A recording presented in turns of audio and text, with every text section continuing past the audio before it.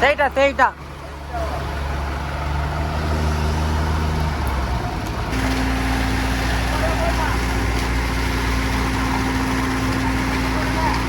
நான் சொன்ன ப்ராஜெக்ட்டுங்க தான் ஆரம்பிக்க போகிறது. ஃபஸ்ட்டு